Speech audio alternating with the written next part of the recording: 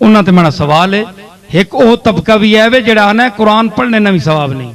कुरान मैं बताता हूँ इसी मुल्क में है, वो कहते हैं कुरान पढ़ने का सवाब नहीं है, आप मैयत को क्या भेजते हैं, क्योंकि कुरान कानून की किताब है, इसमें हैज निफास के मसले हैं और इसमें तकसीम जायदाद के मसले हैं। वला अमल खिंजीर वमा उहिल्ला बिही लिगैरिल्लाह, ये पढ़ने से सवाब होता है। तब्बत यदा अबी लहबिन, काफिरों का नाम लेने से सवाब होता है।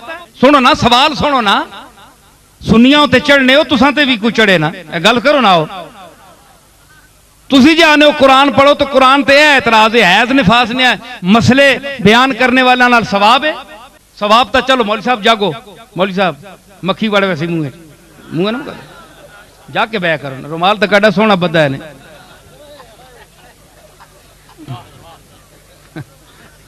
पता लगना है बाला उलाला नहीं कोई मखलूक लथी। हाँ कुरान ना सवाब नहीं, ऐ सुनियो जी गल, ये किसी किताब की गल नहीं ने, ये नसीरुल लुगात की गल है। तफसीर नसीरिया से बोल रहा हूं मैं। आओ जेड़े वड्डियां वड्डियां बैजावी ते वड्डियां वड्डियां किताबां पेश करने हो, साडी बैजावी भी तको जी। सुनो गल, ये किसी किताब की गल नहीं ने, ते गल माकूल ना होवे तो उठ के सवाल करो। जो लोग कहते हैं कुरान का सवाब नहीं है, एक शख्स कहने लगा कि उसी फिरके से ताल्लुक था, कहने लगे ये तो कानून की किताब है, इसका सवाब क्या है।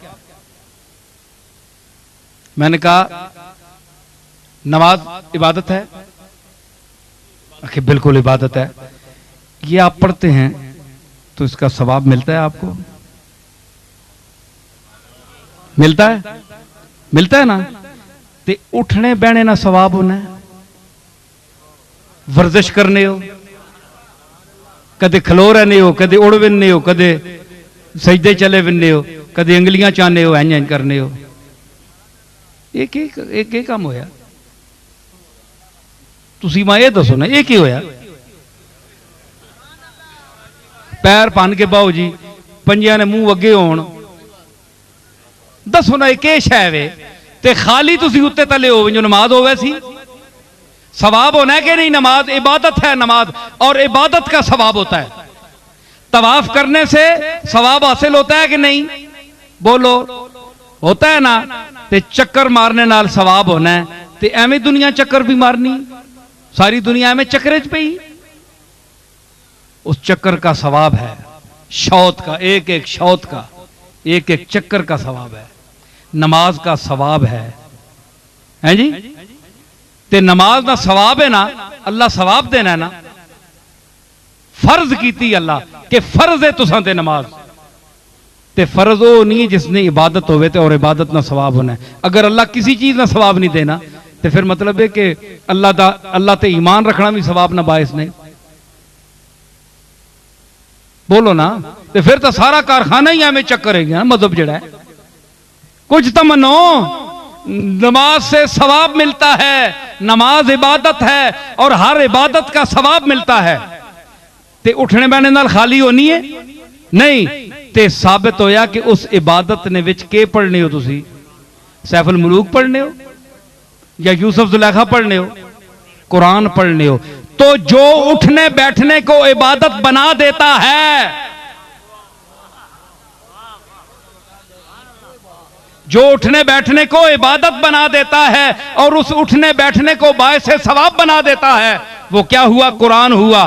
तो क्या आप कुरान में रसूलुल्लाह से क्या साबित है, वरत्तिलिल कुरान तरतीला, और कुरान को तरतील से पढ़ो। ये कुरान से अल्लाह ने, ये नस है, आप हदीस नहीं मानते तो मैं नस पेश कर रहा हूं। तो ये कुरान से अल्लाह ने पूरा कुरान मुराद लिया है या किसी आयत को खारिज किया है।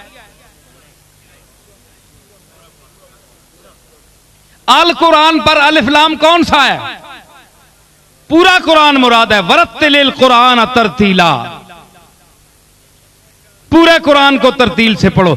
मतलब है कि इसमें हैज निफास की आयात हो, कानून की तकसीम की आयात हो, लामल खिंजीर की हो, कोई आयात हो जिसका किसी मसले से भी ताल्लुक है, आप इसको नमाज में पढ़ें।